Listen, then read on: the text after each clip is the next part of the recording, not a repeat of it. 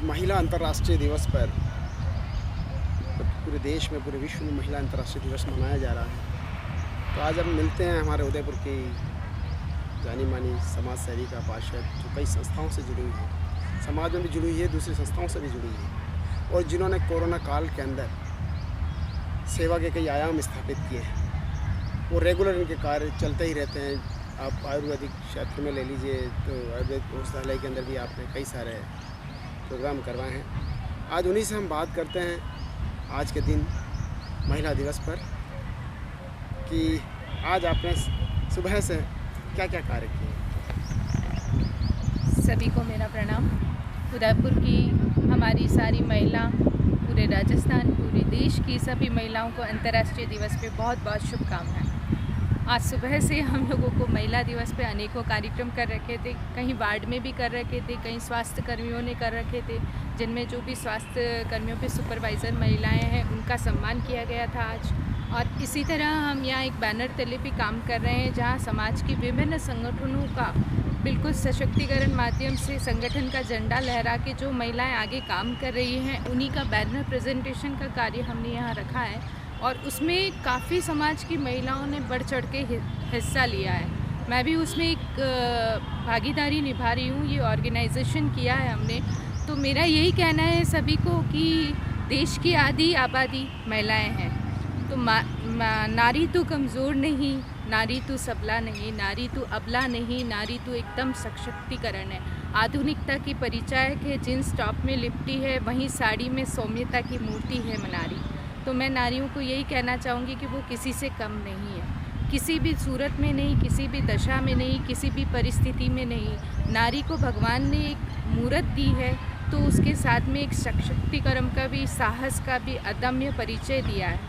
अगर आज आप देखें तो नारी हर एक क्षेत्र में है, किसी क्षेत्र को उसने छोड़ा नहीं है। जहाँ पर मर्द काम करते हैं वहीं औरतें बढ़ चढ़ के काम करती है। आज उसने मतलब पायलट बनकर भी हवा में उड़ना सीख लिया है, नाविक बनकर नाव चलाना सीख लिया है। तो हमारे देश की नारियाँ किसी भी रूप में कहीं पे भी कम नहीं है। मैं नारियों के लिए एक ही चीज़ कहना चाहूँगी कि जैसे बूंद होती है तो सागर बनता है, अनेकों बूंद चाहिए। दिया जलता है, अनेकों दिए जलते हैं, तब एक आरती बनती है। उसी तरह फूल होते हैं, अनेकों फूल होते हैं, तब एक मालाएं बनती है। लेकिन एक अकेली नारी होती है जिसके द्वारा घर स्वर्ग बनता है, समाज बनता है, देश बनता है।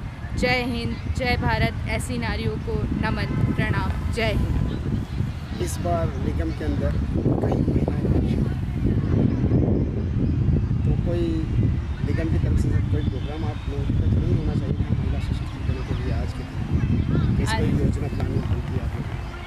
हमारी काफ़ी करने का विचार चल रहा था, पर कोरोना और उस सब को देखते हुए हम आगामी दिनों में कुछ ना कुछ करने के लिए अभी सोच रहे हैं कि आगामी टाइम में हम उदयपुर के महिलाओं को लेके ही कुछ कार्यक्रम करें। उसकी रूपरेखा चल रही है। आने वाले दिनों में हम जरूर उसको उदयपुर वासियों के सामने लेकर आएंगे।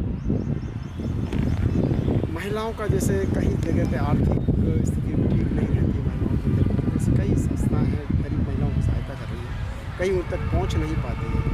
आप प्रशासन के अंदर भी हैं, जनप्रतिनिधि हैं, तो इसको लेकर आर्थिक रूप से सक्षम है। क्या ऐसा कोई कार्यक्रम आप उदयपुर में नहीं कर सकती? जो गरीब महिलाएं जो उदयपुर के अंदर जो सब्जियाँ बेचती हैं, कई सारी लोग मजदूरी करती है, बाहर से आते हैं, उनके लिए कोई ऐसा कार्यक्रम चलाएं कि वो सशक्तिकरण की एक मिसाल पेश हो? बिल्कुल, इस और मेरा प्रयास जारी है।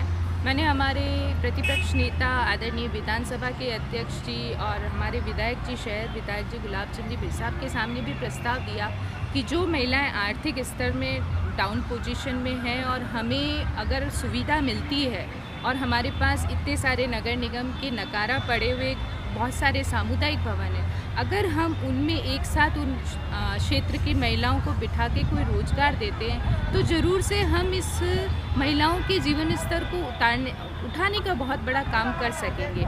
इसके लिए प्रयास जारी है। मैंने कई सारे प्रपोजल्स भी बनाए हैं, छोटे छोटे उद्योग भी बताए हैं। हमारे यहाँ नगर निगम में LULM की एक शाखा चलती है जिसके द्वारा समूह में महिलाएँ काम करती है। तो आदरणीय भाई साहब को हमने इसके बारे में अवगत करा रखा है। जब भी उनका दिशा निर्देश होगा आगे से जो भी, उसी अनुरूप हम इस पे कार्य करने का प्रस्ताव भेज चुके हैं। आने वाले दिनों में हो सकता है कि हम उस पे कार्य करें, नहीं तो मेरे क्षेत्र में तो मैंने महिलाओं को एकत्रित करके सूची तो बना दी है। बस कुछ ही दिनों में कुछ एक कार्य पे हम काम करना शुरू कर देंगे, ताकि जो भी आसपास की लेडीज़ हैं जो काम करना जानती है, क्योंकि मैंने वो स्थिति भी देखी है कि लेडीज़ दिन भर काम करती है लेकिन उस काम के अनुरूप उनको आमदनी नहीं होती है। जैसे कि वो इमली की गोलियां बांधने का काम करती है, लीलवे छिलने का काम करती है, कई कपड़े की थैलियां बनाती है, लेकिन उनका टाइम वो कब ही जाता है और आमदनी भरपूर नहीं होती। तो इसी को देखते हुए हमने कई सारे प्रोजेक्ट पे काम किया है। मैंने वर्कआउट किया है पिछले 4 महीनों से इस पर कि हमें ऐसा कौन सा काम करना चाहिए जिससे इनका जीवन स्तर उतर सके, और जो वो टाइम अभी लगा रही है उसी टाइम में वो काम उनका हो जाए। इसके लिए हमने कई जगह भी देख ली है और उस पर निरंतर काम चालू है। आई होप कि इस साल के अंत तक हम कुछ ना कुछ तो अवश्य कर लेंगे। ये थी हमारे साथ उदयपुर की जनप्रतिनिधि शिल्पा जी पामेचा, जिन्होंने हमारे सवालों का सटीक जवाब दिया। जो महिलाओं के लिए भविष्य में बहुत कुछ कर गुजरना चाहती हैं, हमारी शुभकामनाएं इनके साथ हैं। बहुत बहुत धन्यवाद आपका।